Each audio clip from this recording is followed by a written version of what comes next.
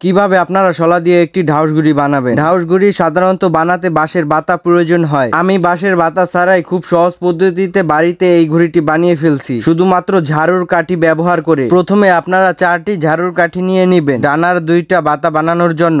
ঝাড়ুর কাঠির যেই গোড়ার সাইড আছে ওই গোড়ার সাইড 2টাকে একসাথে করে বেঁধে দিব, তাহলে আমাদের মাঝখানের 2টা বাতা হয়ে যাবে। মাঝখানের দিক দিয়ে মোটা এবং 2 সাইডে একটু চিকন। মাঝখানের শলাটা বানানোর জন্য 2টা ঝাড়ুর কাঠি নিয়ে নিব। ঝাড়ুর কাঠির মাথার দিক 2 পাশে দিয়ে এরপর সুতা দিয়ে পেঁচিয়ে নিব, তাহলে এই কাঠিটা একটু শক্ত এবং মোটা হয়ে যাবে। এরকম করে মাঝখানেরটা আর নিচেরটা বানিয়ে নিব, তাহলে আমাদের সব ঝাড়ুর কাঠিগুলো হয়ে যাবে। এবার ঘুড়ির ফ্রেম অনুযায়ী কাঠিগুলো বেঁধে নিব। এইখানে দেখেন আমাদের ঘুড়ির যে ফ্রেমটা ওইটা তৈরি হয়ে গেছে। এবার আমরা কাগজ দিয়ে রাঙিয়ে তুলবো। পলিথিন কাগজ ব্যবহার করে ঘুড়িটাকে কমপ্লিট করে নিব। এখানে আমি ঘুড়ির ভাগটা দিয়ে ঘুড়িটাকে উড়াতে নিয়ে গেলাম। তো দেখেন আমাদের ঘুড়িটা কত সুন্দরভাবে আকাশে ফ্লাই করতেছে। এটার ফুল ভিডিও দেখতে নিচের লিংকে ক্লিক করে ভিডিওটা দেখতে পারো।